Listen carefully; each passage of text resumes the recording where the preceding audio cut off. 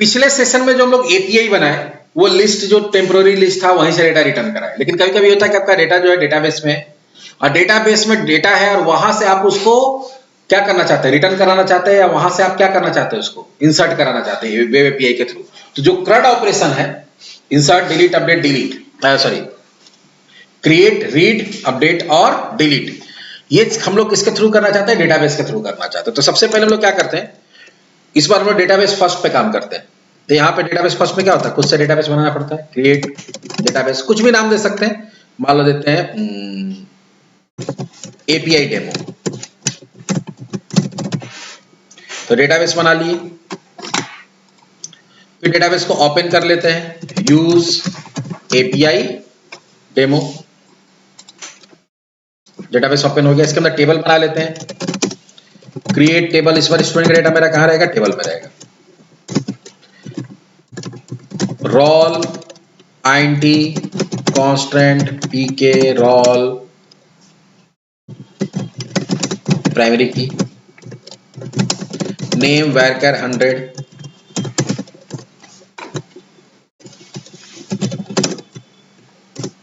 Gender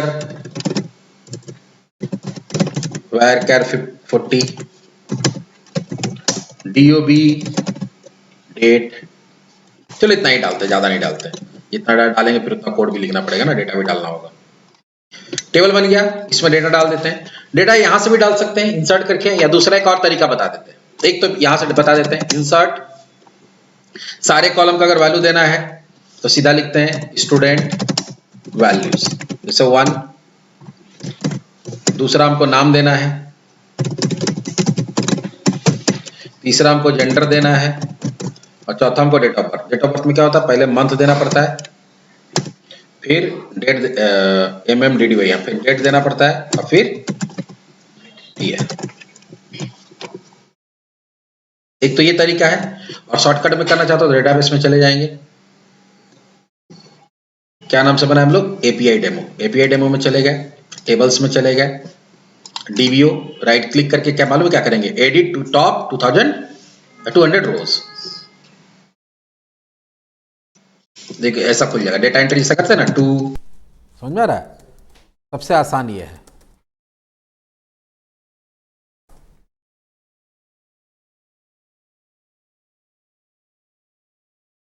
फिर नीचे click कर देंगे।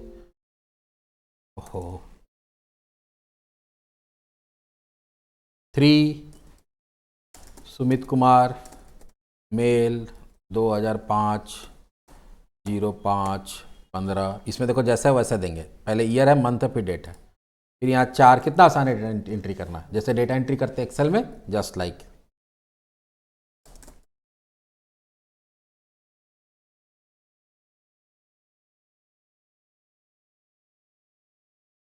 पांच ही स्टूडेंट का डेटा डालते हैं।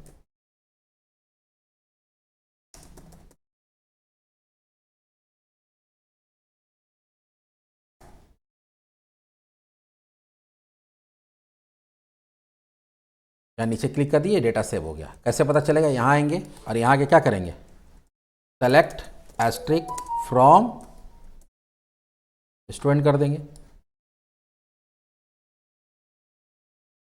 वेब एपीआई के थ्रू हम लोग डेटाबेस पे भी काम कर सकते हैं। जैसे हम बताए भी थे तुम लोग को कि कोई भी एक ऑर्गेनाइजेशन है, वो अपना अलग अलग तरह का एप्लीकेशन बनवाता है, वेब एप्लीकेशन भी बनवाता है, डेस्कटॉप एप्लीकेशन भी बनवाता है, मोबाइल एप्लीकेशन भी बनवाता है। प्लस कुछ ऐसा ऑर्गेनाइजेशन भी होता है जो किसी दूसरे ऑर्गेनाइजेशन को भी परमिशन देता है कि आपके डेटाबेस पे वो काम कर सकता है। जैसे हम उस दिन एग्जाम्पल भी बताए थे कि आप फोन पे से, पेटीएम से, या और भी जो तुम्हारा इस तरह का ऐप है, उससे अपना बैंक का बैलेंस चेक करते हैं कि नहीं करते, करते हैं। तो इसका मतलब क्या होगा कि उस ऐप से रिक्वेस्ट जाता होगा बैंक के डेटाबेस में। अब बैंक का डेटाबेस क्या करता है, आपका अकाउंट नंबर या यूपीआई आईडी जो भी चीज लेता है, और लेने के बाद क्या करता है, उसको बैलेंस उसका सर्च करके और आपके एप्लीकेशन को, उस ऐप को जो भी रिक्वेस्ट किया उसको भेज देता है। तो उसके लिए भी तो देखो, एपीआई बनाने का 2 रीजन होता है। एक कि आप ही के ऑर्गेनाइजेशन का मल्टीपल एप्लीकेशन है और सब में अलग अलग कोड ना लिखना पड़े, तो आप वेब एपीआई बना दीजिए और सब में आप उसको कॉल करा लीजिए, आपका काम हो जाएगा। सिर्फ कॉल कराना होगा, आपको डेटा मिल जाएगा, या वहां से डेटा भेजेंगे और वो डेटाबेस में डेटा डाल देगा। या किसी एक्सटर्नल एप्लीकेशन को आपके ऑर्गेनाइजेशन के बाहर के एप्लीकेशन को परमिशन देना है कि आपके डेटाबेस से डेटा उसका अवेलेबल हो पाए या वो डेटाबेस में डेटा डाल पाए, तो उसके लिए क्या बनाते हैं, वेब एपीआई। तो डेटाबेस के साथ जब काम करते हैं तो उसको हम लोग जनरली इस पर क्या काम करते हैं, CRUD का, क्रिएट, रीड, अपडेट और डिलीट। तो उसी को भी हम करके दिखाएंगे कि अगर क्रिएट, रीड, अपडेट, डिलीट के लिए अगर आपको वेब एपीआई बनाना है तो कैसे बनाएंगे और कैसे टेस्ट करेंगे। देखो एक और भी चीज होता है वेब एपीआई का टेस्टिंग, कि आप एपीआई बना लेकिन वो काम कर रहा नहीं कर रहा, कैसे करेंगे। तो बहुत सारा टेस्टिंग टूल होता है, जिसमें से एक होता है स्वैगर। क्या होता है, स्वैगर। और भी होता है पोस्ट ऑफिस करके भी एक होता है, और ऐसे करके हजारों टूल्स है। लेकिन हम लोग जो अभी यूज करेंगे यहाँ कौन सा यूज करेंगे, स्वैगर बनाएंगे और स्वैगर से टेस्ट करेंगे कि वो सही काम कर रहा है या नहीं कर रहा है। तो अभी हम लोग उसके लिए क्या किए, इसके लिए हम लोग देखें कि अभी एक डेटाबेस बनाए, ठीक है, किस नाम से, एपीआई डेमो। उसमें एक टेबल बनाया स्टूडेंट, और स्टूडेंट में डेटा भी डाल दिए। अब आपको इसी के लिए एपीआई बनाना है जहां पे इसी डेटाबेस पे क्रिएट, रीड, अपडेट और डिलीट करेंगे। तो कैसे करेंगे, चलिए शुरू करते हैं। इसके लिए सबसे पहले आपको वेब एप्लीकेशन बनना पड़ेगा। Create new project. New project करने के बाद अगला काम क्या होगा, हम लोग यहाँ पे ASP.NET कोर वेब एपीआई वाला टेम्पलेट लेंगे। अगर यहाँ नहीं मिल रहा तो यहाँ से सर्च करेंगे नीचे आ जाके, ठीक है। उसके बाद नेक्स्ट, यहाँ पे नाम देंगे, मान लो देते हैं स्टूडेंट वेब एपीआई, क्योंकि स्टूडेंट का डेटा पे हम लोग काम करें तो उसका वही नाम दे दिए। फिर नेक्स्ट, उसके बाद यहां पे ध्यान देना होगा कि कॉन्फ़िगर फॉर एचटीटीपी होना चाहिए और इनेबल ओपन एपीआई सपोर्ट होना चाहिए, और यूज कंट्रोलर्स, क्योंकि यहां पे कंट्रोलर्स का यूज करेंगे तो यूज कंट्रोलर होना चाहिए, बाकी किसी चीज का जरूरत नहीं है। फिर क्रिएट करेंगे। ये आपको एक प्रोजेक्ट बना के दे देगा, जिसके अंदर पहले से हम बताए थे कि एक तुम्हारा एपीआई बना रहता है वेदर वाला, जो हमारे कोई काम का नहीं है, उसको हम लोग हटा देंगे पहले। तो यहां से दोनों चीज, ये उसका मॉडल है, यहाँ मॉडल नहीं होता है, व्यू नहीं होता है, क्योंकि व्यू तो होता ही नहीं है वेब एपीआई का। अब मॉडल फोल्डर भी नहीं होता, मॉडल डायरेक्टली यहीं पे दिखता है, तो इसको हटा दिए। और इसमें एक कंट्रोलर भी बना हुआ होगा, उसको भी हटा देते हैं।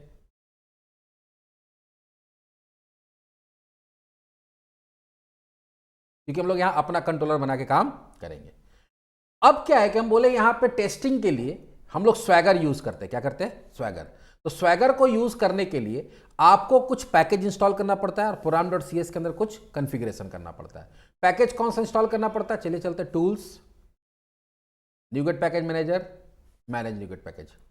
2-3 हम लोग यहाँ पे क्या करेंगे, पैकेज इंस्टॉल करेंगे, तब जाके आप उसको टेस्टिंग कर पाइएगा। यहाँ पे जाके हम लोग टाइप करेंगे स्वैगर। देखो तो एक तो पहले आ जाएगा स्वैक बकल डॉट, दिख रहा है, Swashbuckle dot ASP.NET core. पहले इसको क्लिक करेंगे, प्रोजेक्ट को सेलेक्ट करेंगे। इसमें 3 पैकेज होता है, ये तीनों को इंस्टॉल करना, चारों को, 1 2 3 4। तो आपको पहला क्या है, Swashbuckle dot ASP.NET core को इंस्टॉल करना है। एक्सेप्ट कर लिए। फिर Swashbuckle ASP.NET core dot Swagger को करना है, सेकंड वाला।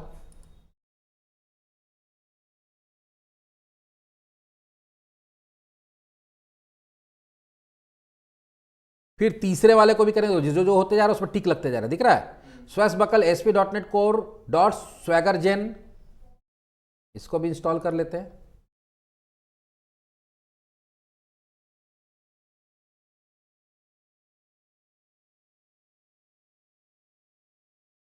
इंस्टॉल हो गया।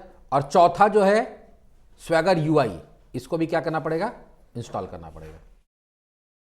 ये 4 जब इंस्टॉल हो जाएगा, उसके बाद आपको CRUD पे काम करना, CRUD का काम करना। तो CRUD का काम करने के लिए 3 पैकेज इंस्टॉल करना पड़ता है, टूल्स, डिजाइन और SQL सर्वर। तो उसको भी अभी यहाँ है तो यहीं से कर लेते हैं। फिर इसको बंद करके दोबारा चालू करने से अच्छा कि यहीं से कर लेते हैं। उसके लिए क्या करना होगा आपको, टूल्स, तो कौन सा होगा, Microsoft.ASP.NET Core dot tools, sorry Microsoft.Entity Framework Core dot tools, गलत बता दिए थे, Microsoft.Entity Framework Core dot tools. ये CRUD वाले में पहले भी बताया हुआ है। फिर Microsoft.Entity Framework Core dot SQL server, और फिर इसी तरह से Microsoft.Entity Framework Core dot design. SQL server हमारा प्रोवाइडर हो जाएगा। पहले ही बताया कि टूल्स हम लोग क्यों इंस्टॉल करते हैं, क्योंकि अगर आप कोड फर्स्ट कर रहे हैं तो आपको जो माइग्रेशन जनरेट करना पड़ता है, डेटाबेस अपडेट करना पड़ता है, उसके लिए जो कमांड होता है। और अगर आप डेटाबेस फर्स्ट कर रहे हैं तो आप जो ऐप डीबी कॉन्टेक्स्ट जनरेट करते हैं, ठीक है, या मॉडल्स जनरेट करते हैं, उसके लिए क्या होता है, आपका जो कमांड होता है वो सारा कहाँ मिलता है, टूल्स में। SQL सर्वर क्यों यूज करते हैं, क्योंकि हमारा ड्राइवर की तरह काम करता है, तुम्हारा सी शार्प के कोड को एसक्यूएल में कन्वर्ट करना, एसक्यूएल को सी शार्प में कन्वर्ट करना, उसका काम इसका ये होता है। और डिजाइन का यूज किस लिए करते हैं हम लोग, जितना भी हम लोग इसका फोल्डिंग करते हैं, क्रिएट अपडेट अगर फॉर्म हम बना रहे हैं, फिलहाल तो यहाँ नहीं बनाएंगे, हम लोग ले ले रहे हैं, इसका भी जरूरत नहीं है, ये नहीं भी करेंगे तो चलेगा, लेकिन क्रड करते तो हम लोग इसको ले लेते। तो जितना भी तरह का तुम्हारा क्या होता है, इसका फोल्डिंग होता है, तो इसके फोल्डिंग के लिए इन्फॉर्मेशन चाहिए कि भाई कौन सा चीज़ कैसे जनरेट करना है, उसमें क्या क्या रहेगा, तो वो सारा इन्फॉर्मेशन कहाँ मिलता है, इसके अंदर मिलता है। ये अभी तक हम लोग वेब एपीआई में कुछ भी नहीं किए हैं, अभी सिर्फ और सिर्फ हम लोग क्या किए, सिर्फ और सिर्फ काम किए यहाँ पे पैकेज इंस्टॉल करने का। जब सारा पैकेज इंस्टॉल हो जाएगा तो एक बार जाके वेरीफाई करेंगे डिपेंडेंसीज में, पैकेजेस में जाके सारा पैकेज हमको दिख रहा है या नहीं दिख रहा है। देखो पहले से भी कुछ था, ओपन एपीआई पहले से था, ये भी हम लोग इंस्टॉल किए, ये भी हम लोग इंस्टॉल किए, ये भी हम लोग इंस्टॉल किए, और ये तीनों भी हम लोग इंस्टॉल किए, तो सारा इंस्टॉल हो गया। एक बार जब इंस्टॉल हो जाता है तो स्वैगर को कॉन्फ़िगर करना पड़ता है। क्या करना पड़ता है, ठीक है, स्वैगर खुलेगा, कैसे खुलेगा नहीं खुलेगा, तो हम उसके लिए क्या करना पड़ता है, उसको कॉन्फ़िगर करने के लिए program.cs के अंदर कुछ सर्विसेज को रजिस्टर करना पड़ता है। तो चलिए सॉल्यूशन एक्सप्लोरर में चलते हैं। program.cs ऐप बिल्ड होने से पहले builder dot services dot add Swagger gen, ठीक है, builder dot services dot add Swagger करके भी कुछ है ना, एड स्वैगर जेन ही होगा, ठीक है। और नीचे में जब नीचे आएंगे तो यहां पे आपको करना पड़ता है मैप कंट्रोलर के बाद ऐप डॉट यूज स्वैगर पहले देना पड़ता है, फिर app dot use swagger UI देना पड़ता है। ये दो तुमको यूज करना पड़ेगा, ठीक है, उससे कोई दिक्कत नहीं, लेकिन इसके नीचे रखना चाहिए क्योंकि वेब पेज खुलने के बाद ये काम होना चाहिए, तो हम लोग इसको नीचे ही रखते हैं। अब हमारा बेसिक काम तो हो गया, अब हमको डेटाबेस से रिलेटेड काम करना है। और क्योंकि मेरा डेटाबेस पहले से बना हुआ, मतलब डेटाबेस फर्स्ट हम लोग काम कर रहे हैं, तो डेटाबेस फर्स्ट जब हम लोग करते हैं तो हम लोग उसके लिए क्या करते हैं, हमको डेटाबेस के हिसाब से मॉडल जनरेट करना पड़ता है और डेटाबेस के हिसाब से ऐप डीबी कॉन्टेक्स्ट जनरेट करना होता है। तो उसके लिए याद होगा हम लोग यूज करते हैं कमांड पैकेज मैनेजर कंसोल के अंदर जाके, और यहाँ पे याद होगा अगर आपको माइग्रेशन, अगर आप कोड फर्स्ट करते हैं तो ऐड माइग्रेशन करते हैं, ठीक है, और अगर आप क्या करते हैं तो उसमें कौन सा कमांड यूज करते हैं,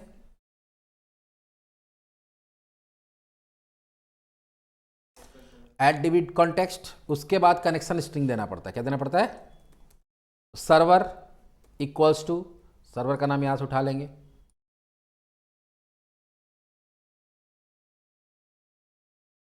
फिर डेटाबेस, डेटाबेस का नाम क्या है हमारा, एपीआई डेमो,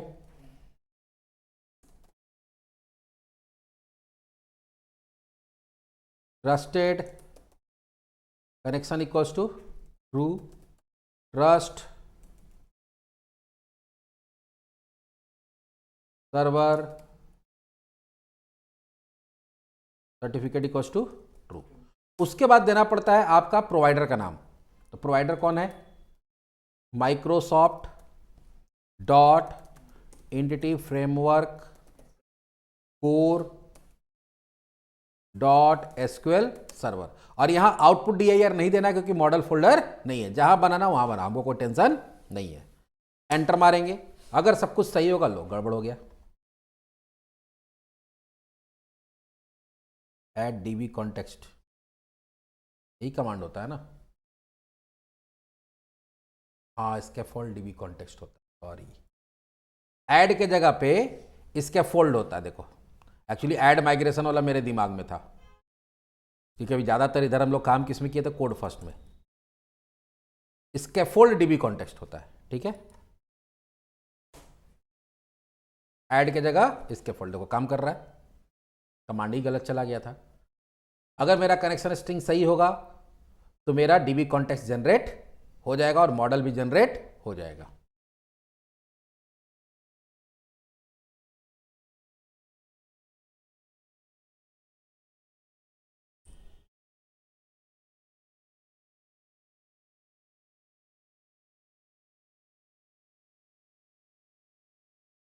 देखो अब इसमें एक वार्निंग आता है, हम बताए थे कि वार्निंग आने का मतलब क्या है, जो डीबी कॉन्टेक्स्ट होता है उसके अंदर तुम्हारा क्या आ जाता है, कनेक्शन स्ट्रिंग आ जाता है। इस कनेक्शन स्ट्रिंग को हमको शिफ्ट करना पड़ता है कहां पे, ऐप सेटिंग डॉट जेसन में, तो यहां डबल करली ब्रैकेट डाल दिए और हम फिर कहाँ जाएंगे हम लोग, ऐप सेटिंग डॉट जेसन में, और कनेक्शन स्ट्रिंग को यहाँ पे क्या करेंगे, कनेक्शन स्ट्रिंग्स, यहाँ नाम दे दिए कॉन str, जो नाम देंगे उसको आगे यूज़ करना पड़ेगा, और कनेक्शन स्ट्रिंग हम लोग लिख ही देते हैं या कहीं पे, एक मिनट, अभी हम लोग कट किए हैं तो हमारे पास वो कनेक्शन स्ट्रिंग है, इसी में से इसको क्या करते हैं, उठा लिए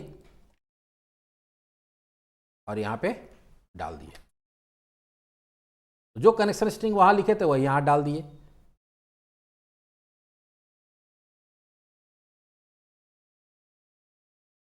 यहाँ कॉमा नहीं होगा,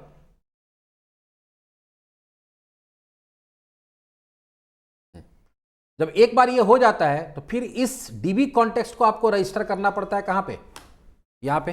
कैसे करते हैं, builder dot services dot add DB context, DB context का नाम क्या है हमारा, एपीआई डेमो कॉन्टेक्स्ट, देखो यहाँ दिख रहा है API dB, API demo context है, सॉरी। और यहां पे फिर आपको देना पड़ता है,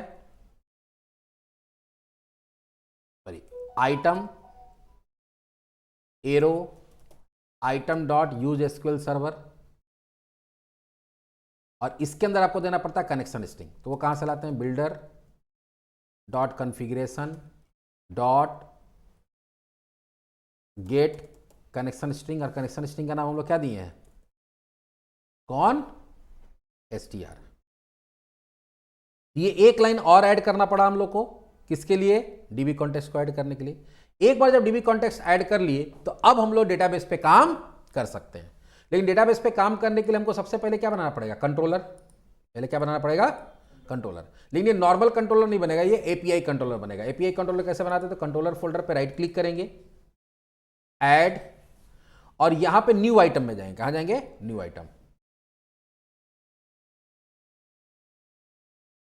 अब न्यू आइटम में जाएंगे तो यहां पे आपको सर्च करना पड़ेगा। अभी देखो यहां पे एक है नॉर्मल कंट्रोलर, एमबीसी कंट्रोलर, एक क्या है, एपीआई। तो कभी कभी डायरेक्टली दिख जाता है, अगर नहीं दिख रहा है तो यहां पे देखना एक एपीआई नाम का ऑप्शन आ जाता है, वहां पे क्लिक करेंगे तब ये दिखेगा।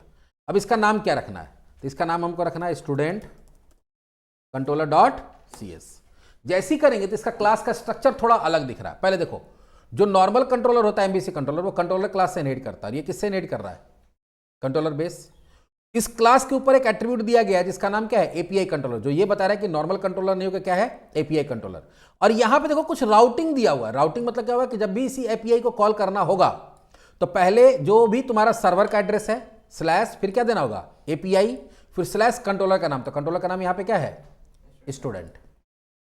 अब इसके अंदर अगर आपका CRUD का काम करना है तो सबसे पहला काम क्या होता है, डीबी कॉन्टेक्स्ट का ऑब्जेक्ट बनाना और उसको इनिशियलाइज करना। तो उसके लिए क्या करते हैं, पब्लिक रीड ओनली, और जो डीबी कॉन्टेक्स्ट है आपका app API demo dB context का कॉन्टेक्स्ट बना लेंगे।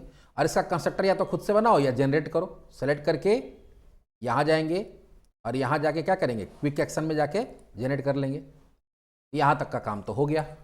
अब इसमें देखो हम लोग काम क्या क्या कर सकते थे। CRUD में हम लोग क्या होता है, क्रिएट, ठीक है। तो क्रिएट जो होता है पोस्ट में आता है, किस में आता है, पोस्ट बोलते हैं उसको। उसके बाद होता है रीड, रीड या तो सारा डेटा रीड कर रहे हैं या आईडी डाल के एक डेटा रीड कर रहे हैं, तो क्या होता है, गेट होता है। वो क्या होता है, गेट रिक्वेस्ट होता है। तो जब डेटा निकालते हैं तो गेट रिक्वेस्ट होता है, डेटा इंसर्ट करते हैं तो पोस्ट रिक्वेस्ट होता है। शुरू में और भी हम लोग पढ़े थे कि पुट भी होता है, डिलीट भी होता है, लेकिन अभी तक उसका यूज नहीं किए। यहां पे यूज करना होगा। अगर आपको डेटा अपडेट करना है तो HTTP पुट यूज करना पड़ेगा, और डेटा डिलीट करना है तो HTTP डिलीट। तब ये चारों का चारों यूज होगा। पहला है भैया हमको सारा डेटा निकालना है, सारा डेटा रीड करना है, तो गेट। इसके लिए एक एक्शन मेथड बनाना पड़ेगा, लेकिन इसका एक्शन मेथड थोड़ा अलग ढंग से बनेगा। पब्लिक, पहले तो ये एसिंक्रोनस होता है, तो एसिंक कर देंगे। यहां क्या देना होगा, टास्क, और यहां आई एक्शन रिजल्ट के जगह पे एक्शन रिजल्ट देना पड़ता है। क्या देना पड़ता है, और ये एक्शन रिजल्ट भी जो है वो क्या रिटर्न करेगा, एक्शन रिजल्ट क्या रिटर्न करेगा, लिस्ट। और लिस्ट में भी क्या रिटर्न करेगा, तो जो मेरा मॉडल है वो, अब ये थोड़ा देखना, मॉडल क्या है, स्टूडेंट। तो इस तरह से यहां नेस्टिंग करना पड़ेगा, और उसके बाद इसका जो भी नाम देना वो दे दो। देखो तो हम क्या बताए कि एक टास्क बना रहे हैं जो एक्शन रिजल्ट टाइप का होगा, जो क्या रिटर्न करेगा, लिस्ट। और लिस्ट में क्या रिटर्न करेगा, स्टूडेंट का ऑब्जेक्ट। अब हमको यहां पे क्या करना है, डेटा निकालना है और उसको रिटर्न करना। तो यहां क्या करेंगे, वेर क्या कर दिए, स्टूडेंट्स। डेटा कहां से आएगा, कॉन्टेक्स्ट से, और क्योंकि ये एसिंक्रोनस मेथड है इसलिए क्या करेंगे, अवेट कॉन्टेक्स्ट डॉट स्टूडेंट्स, क्योंकि स्टूडेंट्स नाम से बन गया होगा हमारा क्या, डीबी सेट। और यहां पे क्या कर देंगे हम लोग, टू लिस्ट एसिंक, ठीक है। और यहां से करेंगे रिटर्न, और रिटर्न क्या कर देंगे, स्टूडेंट्स। व्यू नहीं होगा, यहां तो व्यू है ही नहीं, तो हम लोग यहां तो रिटर्न में क्या बोले कि लिस्ट ऑफ स्टूडेंट्स होगा। ये मेरा क्या रिटर्न करेगा, लिस्ट ऑफ स्टूडेंट्स रिटर्न करेगा, तो स्टूडेंट को रिटर्न करा दिए।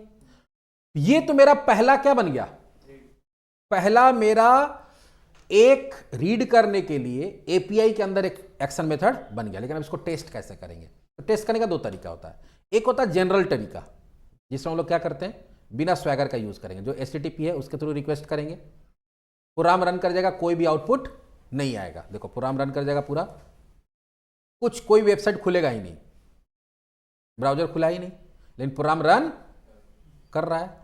तो एक होता है मैनुअल टेस्टिंग। मैनुअल टेस्टिंग में हम लोग क्या करेंगे, हमको सबसे पहले सर्वर का एड्रेस चाहिए। सर्वर का एड्रेस कहाँ मिलता है, यहाँ ध्यान से देखो, एक student web API dot HTTP है, यहाँ चले जाएंगे और ये देखो तुम्हारा सर्वर का एड्रेस है। इसको कॉपी करेंगे, अपने से ब्राउजर खोलेंगे, अब पहले सर्वर का एड्रेस डालें, फिर हम क्या बताए थे, एपीआई देना होगा क्योंकि वहां पे यूआरएल में है, और उसके बाद कंट्रोलर का नाम, तो बाय डिफॉल्ट उसका गेट कॉल हो जाएगा। और ये डेटा जो देगा वो जेसन के फॉर्म में देगा। किस फॉर्म में देगा, देखो जब भी डेटा आएगा जेसन के फॉर्म में आएगा। देखो रोल 1, नेम आकाश कुमार पहला, फिर जेंडर मेल, फिर ये देखो पहला रिकॉर्ड खत्म हो गया करली ब्रैकेट, फिर ये दूसरा रिकॉर्ड आ गया, ठीक है। अब इसको एप्लीकेशन में कैसे यूज करेंगे बात का बात है, लेकिन ये जब भी देता है, कोई भी वेब एपीआई जो होता है, आज के डेट में जितना भी वेब एपीआई बनता है, रेस्ट एपीआई बनता है, उसमें डेटा किस में आता है, जेसन में। आ गया, है ना। ये नॉर्मल तरीका हुआ टेस्टिंग का, जहां पे आप पहले एड्रेस निकाले, फिर एपीआई लिखे, खुद से इसको लिख दिए, ठीक है। अगर हम चाहे स्वैगर के थ्रू यूज करना, तो स्वैगर के थ्रू यूज करने के लिए क्या करना पड़ेगा, यहां जो एचटीटीपी है इसका ड्रॉप डाउन पे क्लिक करेंगे, यहां जो ड्रॉप डाउन है, और इसके जगह लेंगे आईआईएस एक्सप्रेस। क्या लेंगे, क्योंकि स्वैगर को कॉन्फ़िगर किया हुआ है, आईआईएस एक्सप्रेस पर रन कराएंगे, तब देखना ब्राउजर खुलेगा और स्वैगर अपने आप खुलेगा। देखो लॉन्चिंग कर रहा है, खुला, देखना स्वैगर अपने आप खुलेगा। और स्वैगर नहीं भी खुलेगा तो हम लोग खोल भी सकते हैं। ये नहीं खुला, कोई दिक्कत नहीं है। आपको क्या करना है, /स्वैगर लिख देना है। आया। अब देखो क्या बोल रहा है, इसमें बोला कि एक तो स्टूडेंट नाम का मेरा कंट्रोलर, उसमें एक एपीआई है, जो कौन सा रिक्वेस्ट से खुलेगा, इस पर क्लिक करेंगे। जैसे इस पर क्लिक किए तो देखो अभी इधर कुछ नहीं है, इस पर क्लिक किए तो बता रहा है कि इसमें कोई पैरामीटर नहीं लेगा। अब हम लोग यहाँ क्या करेंगे, इसको ट्राई करेंगे। क्या करेंगे, ट्राई आउट किए। ट्राई आउट किए तो नीचे कौन सा बटन आ गया, एग्जीक्यूट। जैसे एग्जीक्यूट करेंगे, देखो अब डेटाबेस के साथ कनेक्टिविटी कर रहा है। अब देखो क्या बता रहा है, रिक्वेस्ट हुआ गेट, उसका यूआरएल बता रहा है, क्या यूआरएल गया, वहां से क्या आया, उसका एक्चुअल यूआरएल देखो यहाँ पे रिक्वेस्टेड। अगर तुमको मान लो कल के किसी को देना होगा अपना यूपीआई कि ये वाला से तुम यूज कर सकते हो, तो उसको ये वाला यूआरएल देना होगा, ठीक है। और यहाँ देखो सारा डेटा आ गया, ठीक है। प्लस वहां से और भी बहुत सारा कुछ आया इन्फॉर्मेशन। खाली यही इन्फॉर्मेशन नहीं होता है कि आपका डेटा आता है, डेटा के साथ भी बहुत सारा इन्फॉर्मेशन आता है कि कौन सा सर्वर से रिस्पॉन्स आया है, पावर्ड बाई, टाइप क्या है, तो जेसन आया है, किस डेट को आया, किस टाइम को आया है, कि उसका कैरेक्टर सेट क्या, सारा इन्फॉर्मेशन आ रहा है देखो वहां से। इस तरह से स्वैगर में टेस्ट करते हैं। ये पहला मेरा गेट बना, लेकिन गेट क्या बना, सारा डेटा देने के लिए। अगर तुमको कोई कहता है कि नहीं हम आईडी देंगे, रोल नंबर देंगे और उसी रोल का डेटा आना चाहिए, तब कैसे बनेगा, तो उसके लिए क्योंकि वो भी डेटा रिट्रीव कर रहे हैं, आ रहे हैं, तो पहला क्या होगा, एचटीटीपी गेट, फिर पब्लिक, ध्यान से देखना, एसिंक, फिर से क्या करेंगे, टास्क, लेकिन यहां होगा एक्शन रिजल्ट, लेकिन इस बार एक्शन रिजल्ट लिस्ट नहीं रिटर्न करेगा, एक स्टूडेंट का ऑब्जेक्ट रिटर्न करेगा। कितना का, एक। तो लिस्ट की जगह क्या दे देंगे, स्टूडेंट दे दिए। उस पहले क्या था कि पहले लिस्ट दिए, लिस्ट के अंदर स्टूडेंट दिए थे, इस बार सीधे स्टूडेंट दे दिए। और इसका भी नाम क्या रहेगा, गेट ही रहेगा, बट इसका नाम क्या रहेगा, गेट, लेकिन ये क्या लेके आएगा, रोल या आईडी, कुछ भी दे सकते हैं, आईडी दे दो। लेकिन अब यहां पे देखो, अभी हम लोग इसको बनाते हैं। अब आईडी आए तो पहले एक स्टूडेंट का रिटर्न करने के लिए क्या करना पड़ेगा, उसको सर्च करना पड़ेगा। सर्च कहां करना पड़ेगा? अगर आपको याद होगा await context dot student dot first और डिफॉल्ट करते हैं। क्या करते हैं? फर्स्ट और डिफॉल्ट एसिंक, और यहां पे हम लोग क्या देंगे? आइटम का आइटम डॉट रोल, वहां तो रोल है लेकिन वो इक्वल टू यहां पे क्या है? आईडी। जो आईडी आएगा उसका वो रोल नंबर के बेस पे क्या करेगा? सर्च करेगा और एक स्टूडेंट का रिजल्ट रिटर्न करेगा। और अगर इफ, ध्यान देना, इफ अगर मान लो स्टूडेंट मिलेगा तो उसमें ऑब्जेक्ट आएगा, नहीं मिलेगा तो क्या होगा? नल। तो अगर ID is not equal to null है, वहां इक्वल टू आ गया है इंटेलिजेंस में। ये जो अपने आप आता है उसको क्या बोलते हैं? इंटेलिजेंस। क्या बोलते हैं? इंटेलिजेंस। अपने आप सेंस कर लेता है अपना इंटेलिजेंस को यूज करके कि यहाँ क्या हो सकता है या क्या तुम लिखना चाहता है। तो इंटेलिजेंस में गलत आ गया तो हम सुधार लिए। अगर नॉट इक्वल टू नल है तो यहाँ क्या करेंगे? रिटर्न स्टूडेंट का ऑब्जेक्ट रिटर्न कर दीजिए, हम बोले कि क्या करेगा? स्टूडेंट का ऑब्जेक्ट रिटर्न करेगा। और अगर इक्वल टू नल है तो यहाँ क्या करेंगे? Return not found. एक नॉट फाउंड नाम का क्या होता है? फंक्शन होता है। क्या होता है? फंक्शन, जो क्या करेगा? नॉट फाउंड वाला पेज बना के आपको दे देगा। ठीक है, तो चलो अब देखते हैं कि ये काम करता है कि नहीं। फिर से रन कराते हैं, अभी आईएएस में ही रन कराते हैं। तो सर अपने आप क्यों नहीं खुल रहा है? और कुछ कॉन्फ़िगरेशन होगा, मेरे ध्यान में नहीं है। ठीक है, अभी देखो एरर आ रहा है, रिस्पॉन्स स्टेटस 500, कुछ गड़बड़ हो रहा है। गड़बड़ क्या हो रहा है आप समझो। ये प्रॉब्लम क्या हो रहा है कि दो ठो हमारे पास क्या है? गेट है। अब वो कंफ्यूज हो जा रहा है कि गेट वाला ये है कि ये है, वो लोड नहीं कर पा रहा है। तो अब आपको यहां इसको बताना होगा कि नहीं, ये जो है नॉर्मल गेट है और ये पैरामीटराइज गेट है। क्या है? तो पैरामीटराइज गेट बताने के लिए यहां पे एक ब्रैकेट देना पड़ता है और डबल कोट्स के अंदर कर्ली ब्रैकेट में बताना पड़ता है कि आईडी नाम से इसमें क्या आएगा? एक पैरामीटर आएगा। तो अब ये इससे क्या हो गया? अलग। ये बिना पैरामीटर वाला गेट हो गया और ये पैरामीटर वाला गेट हो गया। अब हम लोग वापस रन कराते हैं इसको, अब ये कंफ्यूजन नहीं होगा।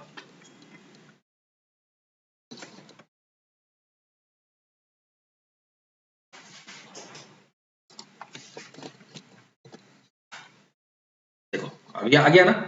अब इस पे क्लिक करेंगे पहले गेट, तो ये बताएगा कि हाँ ठीक है हमारा इसमें कोई पैरामीटर नहीं है। ठीक है, ट्राई इट आउट करेंगे और उसको क्या करेंगे? एग्जीक्यूट।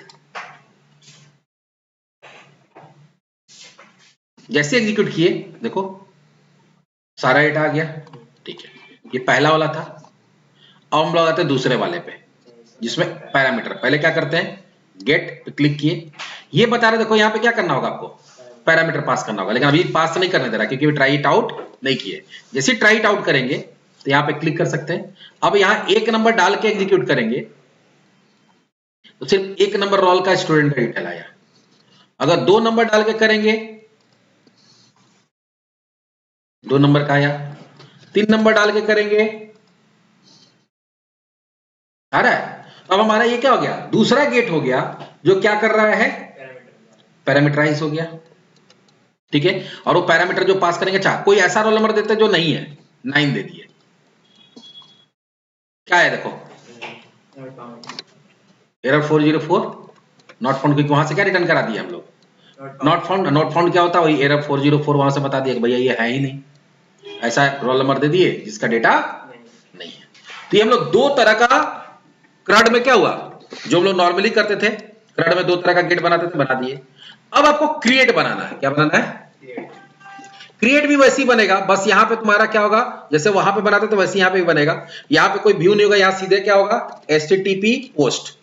क्योंकि हम बताए थे क्या होता है, जो हमारा क्रिएट वाला होता है वो पोस्ट होता है। यहां क्या करेंगे? पब्लिक एसिंक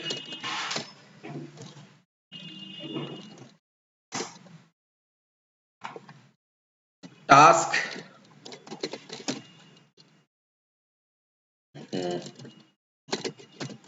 और टास्क के अंदर क्या देंगे? Action result. क्या करेंगे? आई एक्शन की जगह एक्शन रिजल्ट दे देंगे। और ये कोई भी टाइप का वैल्यू रिटर्न नहीं करेगा, ये सिर्फ एक स्टेटस रिटर्न करेगा। इसलिए क्या दे दिए? एसिंक, और इसका क्या नाम क्या देते हैं? क्रिएट। लेकिन ये क्रिएट क्या लेके आएगा? क्रिएट लेके आएगा स्टूडेंट क्लास का ऑब्जेक्ट, जो हमारा मॉडल बना ना यहाँ पे डेटाबेस के हिसाब से। देखो मॉडल बनता है ना, हम लोग जब इसके फोल्डिंग किए थे। तो चलिए तो यहां पर हम लोग क्या कर देंगे, स्टूडेंट का STU। पहले चेक कर लेंगे कि नल नहीं होना चाहिए। If STU is not equal to null, मतलब डेटा आया है।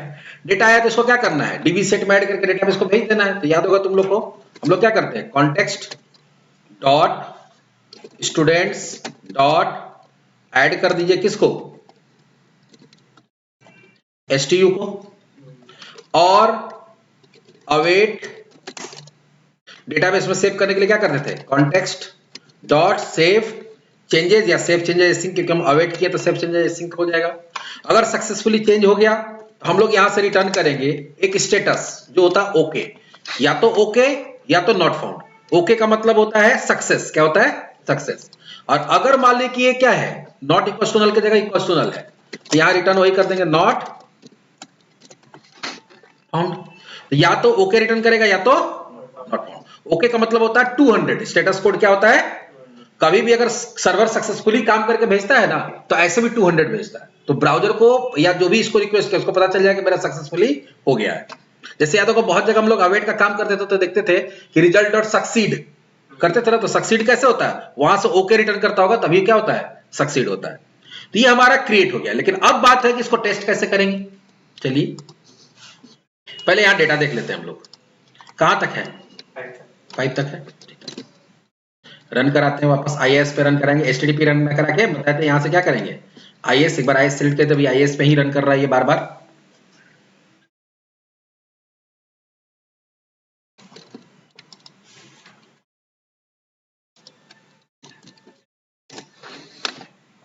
अब देखो पोस्ट का भी आ गया, ये दोनों गेट वाला था, ये कौन सा पोस्ट। इस पे जब क्लिक करेंगे तो बोल रहा है कि भाई यहां पे तो कोई पैरामीटर नहीं है, लेकिन यहां पे देखो, अब यहां तो कोई फॉर्म है नहीं कि तुम डालोगे, लेकिन कहां से डालना पड़ेगा, यहां से डालना पड़ेगा। इसको क्या करते हैं, ट्राई इट आउट। देखो अब बोल रहा है रोल नंबर, हम लोग रोल नंबर क्या देना चाहते हैं, 6, नेम। सिर्फ अभी टेस्टिंग हो रहा है, क्योंकि कोई भी चीज जो बनता है तो पहले टेस्टिंग होगा तब ना। टेस्टिंग भी साथ ही साथ हम लोग पढ़ रहे हैं, किसका, वेब एपीआई का टेस्टिंग है ये। किसका टेस्टिंग है, वेब एपीआई। तो यहां जैसे दिया वैसे जेंडर मेल 2005 1 15 डाल दिए। अब इसको क्या करेंगे, एग्जीक्यूट। देखना यहाँ पे स्टेटस कोड क्या आता है, 200 अभी नहीं आया, अभी आएगा, वो तो पहले से था। देखो ये ग्रीन में दिखाया ना, ठीक है, और सक्सेसफुल बता रहा है, और वहां से रिस्पॉन्स क्या है, देखो 200 होके आया है, और बोला कि ये डेटा क्या हो गया, वहां स्टोर हो गया, ये यहां से गया है, ठीक है, ये यहां से रिक्वेस्ट गया, इस पे गया, एक्सेप्ट कुछ भी करेगा, और ये डेटा यहां से भेजा गया। अब हम लोग डेटाबेस में देखते हैं कि डेटा आया कि नहीं आया। यहां इसको सेलेक्ट करेंगे, वापस रन कराएंगे, काम कर रहा है मेरा वेब एपीआई, जहां पर डेटा हम लोग क्या किए, डाल दिए। तो हम लोग डेटा क्या किए, मेथड में पहला हम लोग देखे कैसे डेटाबेस से निकाल के सारा रिकॉर्ड को रिटर्न किए, फिर कैसे सेलेक्टेड डेटा, रिटर्न कराए, और फिर कैसे इंसर्ट क्या किए। अब आपको अपडेट के लिए बनाना है। किसके लिए बनाना है, अपडेट। तो अपडेट वाला जो प्रोसेस होता है उसको बोलते हैं HTTP पुट। क्या बोलते हैं, पुट। उसको पुट रिक्वेस्ट बोलते हैं। क्या बोलते हैं, पुट। अभी तक हम लोग पोस्ट ही सारा काम चला रहे थे, लेकिन अपडेट के ऊपर क्या लिखना चाहिए, पुट। बात समझ में आ रहा है, डिलीट में क्या लिखना चाहिए, HTTP डिलीट। ठीक है, जब भी हम लोग क्या करेंगे, अपडेट का कर रहे हैं, तभी क्या करेंगे, HTTP पुट, तो चलिए HTTP पुट लिख दिए। अब अगर याद होगा तुम लोग को कि जब हम लोग अपडेट भी करते थे, जब हम लोग अपडेट भी करते थे तो वहां से 2 डेटा आता था, आईडी किसका अपडेट होना है, और वो डिटेल्स क्या अपडेट होना है। इसके लिए जो फंक्शन बनेगा, पब्लिक एसी टास्क, और ये भी अपडेट करके क्या करेगा, सिर्फ रिस्पॉन्स, रिटर्न करेगा, ये कोई डेटा रिटर्न नहीं करेगा। एक्शन रिजल्ट और इसका नाम देते हैं हम लोग अपडेट, और ये 2 पैरामीटर लेगा, एक तो आईडी लेके आएगा और दूसरा स्टूडेंट का STU। ये कितना ऑप्शन लेके आया, 2। अब इसमें कोड क्या लिखना है वो बता रहे हैं। इसको 2 तरीका से कर सकते हैं। एक तो पुराना तरीका है, हम उसको ट्राई नहीं किए कभी, नया वाला तरीका से हमको पता है, तो नया वाला तरीका देख लेते हैं पहले।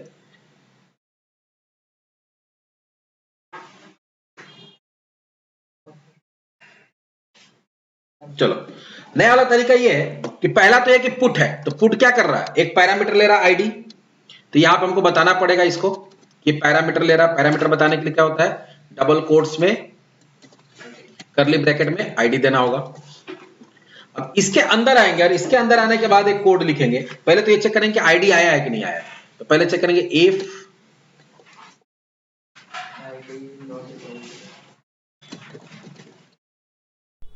ID is not equals to, नहीं वो चेक नहीं करेंगे, एसटीयू का आईडी, एसटीयू का आईडी नहीं, एसटीयू का रोल होगा।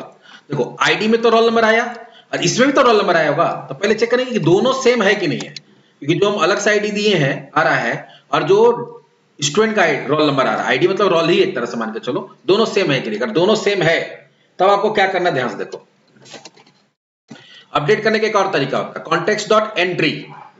कॉन्टेक्स्ट के अंदर जो एंट्री है कौन सा, एसटीयू का, जो पहले से एंट्री है, ठीक है, उसका state equals to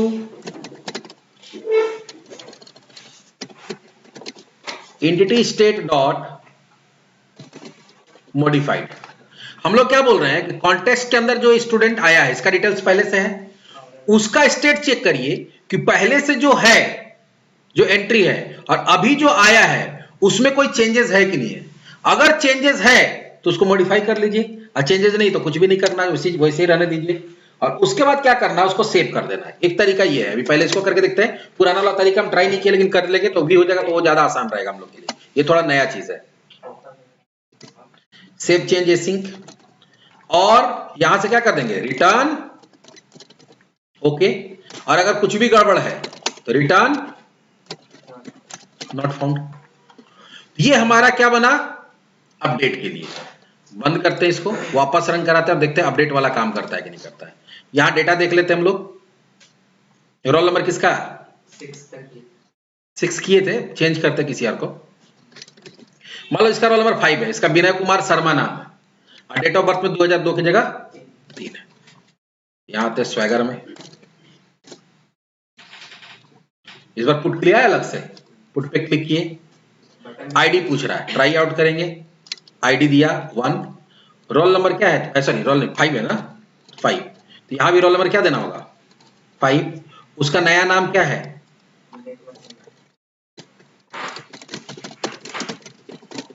Vinay Kumar Sharma, gender तो मेल ही रहने देना है, और उसका पुराना डेट ऑफ बर्थ क्या है, 2002-5-28, हमको उसको 2003 करना है, तो 2003 5। अब तुम बोलोगे सर यहां तुमको सारा डेटा डालना पड़ रहा है, क्योंकि हम टेस्टिंग कर रहे हैं। अब याद करो, अगर हम लोग फॉर्म रहता तो वहां बाकी डेटा तो पहले से फिल रहता, तुम जो चेंज करता वही, लेकिन डेटा तो सारा जाता है, डेटा तो वहां सारा ही जाता है, जो फिल जो चेंज किया वो चेंज होके गया और जो चेंज नहीं किया वो वही चला गया। तो यहां पर हम लोग डेटा डाल दिए, यहां भी रोल नंबर डाल दिए। अब यहां क्या करते हैं हम लोग, एग्जीक्यूट, क्या आ गया, सर्वर इंस्टेंस एरर आया 404, मतलब कुछ गड़बड़ हुआ है, अपडेट नहीं हुआ।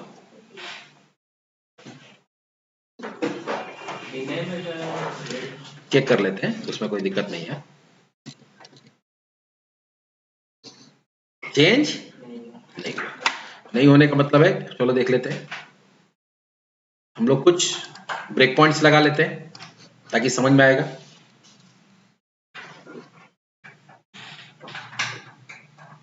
बंद करते वापस रन कराते हैं।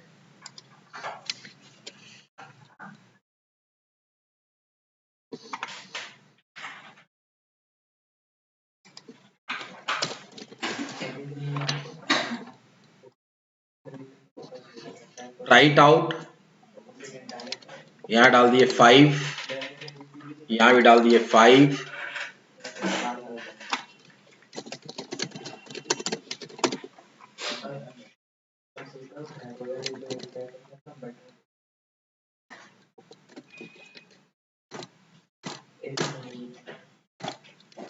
डेट ऑफ बर्थ पूरा चेंज कर दिए, एग्जीक्यूट करते हैं। अभी एग्जीक्यूट घूम रहा है, क्यों घूम रहा है, क्योंकि यहां पे आ गया। अब देखते हैं यहाँ आईडी में क्या आया है, 5 आया है, एसटीयू को सिलेक्ट किए, यहां भी 5 आया है, सारा डेटा देखो वही आया वहां से जो भेजे है, ठीक है। आगे बढ़ते हैं, बार बार यहां से सीधे बाहर क्यों चला? अच्छा, हम लोग देखो उल्टा कामे किए। ये दोनों सेम होगा, यहां नॉट इक्वल टू दे दिया, यहां क्या होगा? Equal to. दोनों सेम होगा तब ना ये काम करना है। हम लोग क्या दे, दोनों सेम होगा। अभी क्या था ना कि दोनों 5-5 था, तो लेकिन 5 नॉट इक्वल टू 5 नहीं, तो इक्वल टू 5 में सीधे कहां चला जा रहा था? बाहर। यहां हम लोग गलत दे दिए थे। ID equal to S two करो, अगर दोनों सेम है तो ये काम होगा, दोनों सेम नहीं तो क्या होगा? Not found. प्रोग्राम सही है, हम लोग कंडीशन गलत दे दिए थे।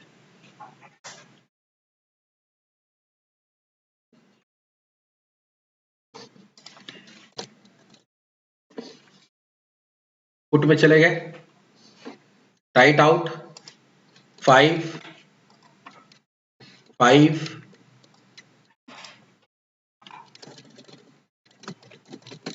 विनय कुमार शर्मा, मेल का मेल ही रहने देते हैं, और डेट ऑफ बर्थ जो उसका है तो उसमें खाली 3 कर देते हैं। एग्जीक्यूट करते हैं, रिस्पॉन्स कोड क्या है? 200 आया, मतलब काम हो गया।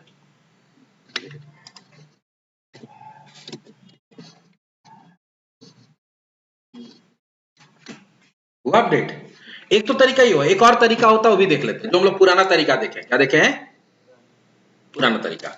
वहां क्या कर देते हैं? Context dot students dot update, यहां क्या पास करते थे? ये भी करते थे। एक बार इसको भी ट्राई करके देख लेते हैं। अगर इससे मेरा काम हो जाएगा तो हम लोग नया चीज क्यों सीखे, मेरा पुराना सही काम हो जाएगा। एक चीज को करने का बहुत सारा तरीका है। अगर इससे काम हो जाता तो फिर हम लोग पुराना वाला कोड यूज, वो जो अभी बताया उसको यूज नहीं करेंगे, पुराना वाला सिस्टम ही चलने देंगे।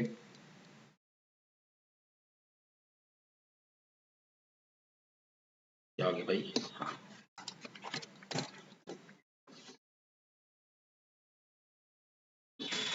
Right out. इस बार दूसरे का अपडेट करते हैं। विनीता कुमारी है, 2 नंबर, यहाँ 2 नंबर डाले, यहाँ पे भी फिर क्या डालना होगा? 2 नंबर, नेम वही कॉपी पेस्ट कर देते हैं, फीमेल ही रहेगी, सिर्फ डेट ऑफ बर्थ चेंज करना चाहते हैं उसका। अभी copy control C control V कर रहे हैं, यहाँ से कंट्रोल सी, लिखना ना पड़े उतना, बस यहाँ पे इसको 6 कर देते हैं। उसके बाद एग्जीक्यूट,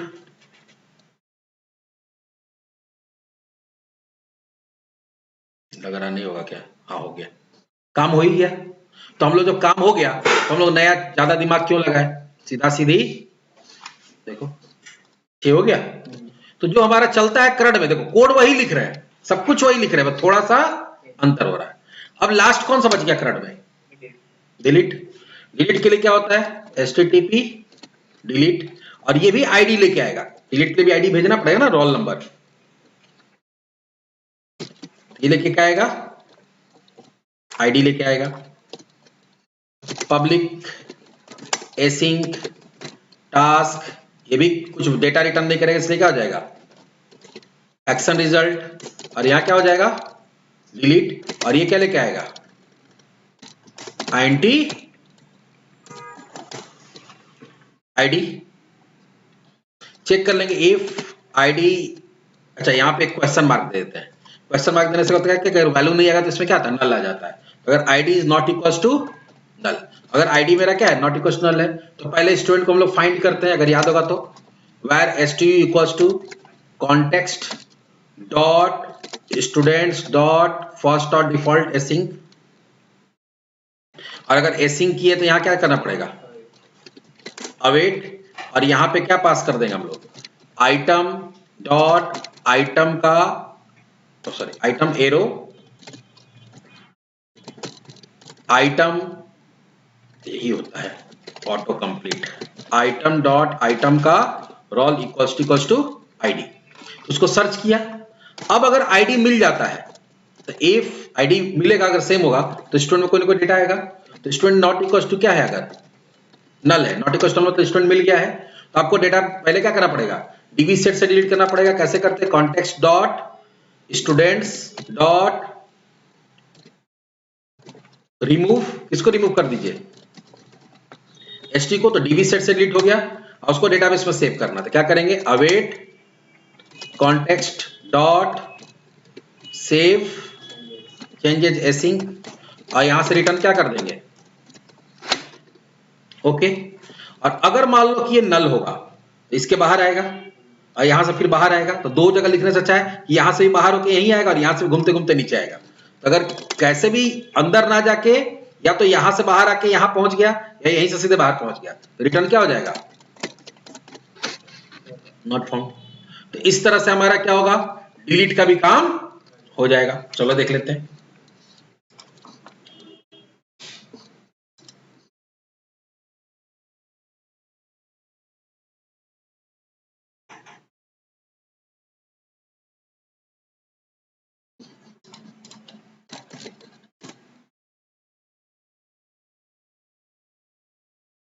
डिलीट है, ट्राई इट आउट, पहले इस पे क्लिक करते फिर ट्राई इट आउट, फिर रोल नंबर देंगे, 3 दे दिए, एग्जीक्यूट। अगर स्टेटस कोड ओके आ गया, आया ना कोड ओके रिस्पांस में, मतलब कि 3 वाला देखो, अभी 3 तो है, रन कराते हैं। हुआ? तो अभी हम लोग क्या देखें, पूरा का पूरा CRUD operation using web API. तो ये वेब एपीआई बना है, अभी बात समझना, ये क्या बना है। अब इसको अगला टॉपिक हम लोग ये पढ़ेंगे कि ठीक है एपीआई तो बन गया, लेकिन इसका तो अपना कोई व्यू है नहीं, ये तो हम लोग टेस्टिंग के लिए स्वैगर से कर दे या और भी कोई जो टेस्टिंग टूल होता है उससे हम लोग टेस्टिंग कर सकते हैं। बट इस पे जब काम करना होगा तो इस particular web application, web API को क्या करना पड़ेगा, कंज्यूम करना पड़ेगा वेब एप्लीकेशन के अंदर। मतलब वेब एप्लीकेशन से इसको रिक्वेस्ट भेजना पड़ेगा, और काम कौन करेगा ये। अब फायदा देखो क्या है, अगर आपको मोबाइल एप्लीकेशन है तो खाली आपको ये सीखना है कि मोबाइल एप्लीकेशन से किसी भी वेब एप्लीकेशन को कैसे कॉल, उसको उसका यूआरएल को हिट किया जाता है। यूआरएल को हिट करेगा, यहां से डेटा चला जाएगा जेसन में। तो दो चीज सीखना, एक यूआरएल को कैसे हिट करना है, और दूसरा कि जो जेसन में डेटा आएगा उसको फिर अपना एप्लीकेशन, मान लो मोबाइल एप्लीकेशन है तो जेसन वाले को मोबाइल एप्लीकेशन में कैसे दिखाते हैं, टेबल में दिखाना तो कैसे दिखाएंगे, कोई कंट्रोल में दिखाना तो कैसे दिखाएंगे। अगर मान लीजिए कि आप ASP.NET कोर यूज कर रहे हैं, उसका एप्लीकेशन बनाए हुए हैं, तो आपको डिटेल तो मिलेगा जेसन में, तो फिर जेसन से निकाल के टेबल में या अपना कोई कंट्रोल में कैसे दिखाएंगे। अगर मान लीजिए कोई विंडो एप्लीकेशन बना रहे हैं तो उसको डेटा जेसन में ही मिलेगा, तो उसको कैसे आप करेंगे। तो ये चीज थोड़ा सा आप लोग को अगला टॉपिक हम लोग यही सीखेंगे। फिलहाल तो हम लोग वेब एप्लीकेशन पढ़ रहे हैं, तो वेब एप्लीकेशन के थ्रू, ASP.NET वेब एप्लीकेशन के थ्रू कैसे किसी वेब एपीआई को हिट करते हैं, उसका यूआरएल को हिट करते हैं, कैसे वहां से डेटा आता है उसको दिखाते हैं, और कैसे अगर मालिक अगर अपने फॉर्म से डेटा किसको भेजना है, अपने फॉर्म से डेटा भेजना पड़ेगा ना। अगर आपको इंसर्ट करना है, अपडेट करना, डिलीट करना है, तो फिर वहां पे क्या भेजना पड़ेगा, डेटा भेजना पड़ेगा। अगर मान लीजिए अपडेट करना है तो आपको आईडी और डिटेल्स दोनों भेजना है, डिलीट करना है तो आईडी भेजना है, अगर आपको इंसर्ट करना है, क्रिएट करना है तो क्या करना है, पूरा डिटेल भेजना है। तो वहां पे जो फॉर्म होगा वहां से डेटा को कैप्चर करके कैसे यहां पे भेजा जाएगा। तो अगला जो हम लोग का टॉपिक होगा वो टॉपिक होगा क्या, कि कैसे वेब एपीआई को हम लोग यूज करते हैं, ठीक है, अपना ASP.NET कोर एप्लीकेशन के अंदर। प्लस इसमें एक और चीज होता है, सिक्योरिटी। अब मान लो कोई वेब एपीआई यूआरएल दे दिया, तो अगर किसी को मिले तो कोई भी यूज कर लेगा। जबकि जनरली देखो कि कभी भी तुम वेब एपीआई जो बना बनाया वेब एपीआई है यूज करने जाओगे तो वहां पे एक सिस्टम होता है टोकन वाला, कि आपको वहां रजिस्टर करना पड़ता है, वो आपको एक टोकन देता है। टोकन को अपने वेब यूज करने से पहले उसको क्या करना पड़ता है, अपने एप्लीकेशन के अंदर इंटीग्रेट करना पड़ता है, तब जाके उसको हिट कर पाओगे। ना तो अगर डायरेक्टली हिट करने की कोशिश करोगे तो क्या होगा, वहां पे काम जैसे होता है ना यूजर आईडी पासवर्ड होता है, तो यहाँ पे यूजर आईडी पासवर्ड की जगह क्या होता है, टोकन होता है। क्या होता है, टोकन। तो अगर आप बहुत सारा ऐसा वेब एप्लीकेशन है जिसको यूज करने के लिए पहले आपको टोकन जनरेट करना पड़ता है, वो टोकन अगर आपको मिलेगा तभी आप उसको यूज कर सकते हैं। ना तो मतलब बैंक का है तो फोन पे में यूज हो रहा होगा, पेटीएम में यूज हो रहा होगा। अब उसका कोई इंप्लॉई है जो डेवलपमेंट टीम का आदमी है, तो उसको तो क्या पता होगा, उसको तो यूआरएल पता होगा, तो पता चलो अपना एप्लीकेशन बना लिया और उसको यूज कर रहा बिना बैंक का परमिशन का। तो ऐसा नहीं होता है। वहां पे क्या होगा, आपको एप्लीकेशन स्पेसिफिक टोकन होता है, ये भी समझो। ये भी नहीं कि बोलो सर, तो ये भी तो हो सकता है कि सर पेटीएम का ऐप बनाया तो उसको टोकन भी पता होगा, वो सिर्फ किस में पता काम करेगा, फोन पे में काम करेगा। एक बार टोकन यूज होगा तो फिर दूसरा एप्लीकेशन में काम नहीं करेगा। तो हर एप्लीकेशन के लिए टोकन क्या होगा, अलग अलग होता है। तो हम लोग आगे देखेंगे वो सब भी इंटीग्रेशन कैसे होता है वो देखेंगे, और उसके बाद फिर देखेंगे जैसे वेदर एपीआई है, ऐसा कोई एपीआई जो फ्री में मिल रहा है उसको भी कैसे यूज करेंगे। तो पहले अपना एपीआई यूज करना सीख लेंगे, तो फिर अगर अपना एपीआई यूज करना सीख गए तो फिर कोई भी एपीआई यूज कर सकते हैं। तो ये हमारा कंप्लीट हो गया CRUD ऑपरेशन पूरा का पूरा, किसके अंदर, वेब एपीआई। किसका वेब एपीआई, ASP.NET कोर का वेब एपीआई, जिसमें हम लोग CRUD का काम किए यूजिंग कंट्रोलर, और इसमें बेसिक चीज बता दिए। ये तुम्हारा यूआरएल हो गया, जहां पे कभी भी हिट करना तो एपीआई, उसके बाद ये तुम्हारा स्टूडेंट या इसके जगह दूसरा नाम होगा तो वो आ जाएगा। बाकी यहाँ पे चारों काम करने के लिए 4 तरह का रिक्वेस्ट होता है। गेट में 2 तरह का बना दिया, पैरामीटराइज, नॉन पैरामीटराइज। जब हम लोग डेटा स्टोर करते हैं तो पोस्ट होता है, डेटा अपडेट करते तो पुट होता है, और डेटा डिलीट करते तो क्या होता है, डिलीट होता है। ये शुरू में बताए थे जब हम लोग, हो सकता है तुम लोग को उतना समझ में नहीं आया होगा, लेकिन हम इसीलिए बोलते हैं कि पेशेंसली अगर पूरा सिलेबस पढ़ोगे तो हर चीज समझ में आ जाएगा, बशर्ते जो बताएंगे उसको सुनोगे तब। तो चलिए नेक्स्ट हम लोग का जो टॉपिक होगा वो वेब एपीआई को यूज कैसे करेंगे, कंज्यूम कैसे करेंगे, उस पर होगा।